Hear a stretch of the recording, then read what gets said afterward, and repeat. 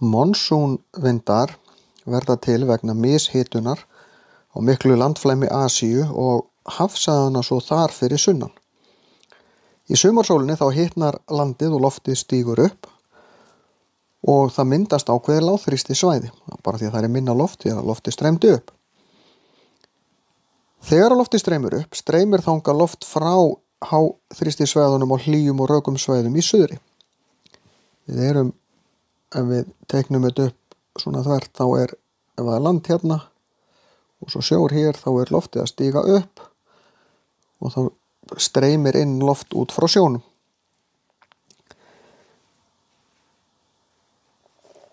Og þegar rakt loft fer yfir háfjöll, sem eins og Himalajafjöllin á þessum svæði, þá fellur til jarðar rakinn í úrhellisrigningu.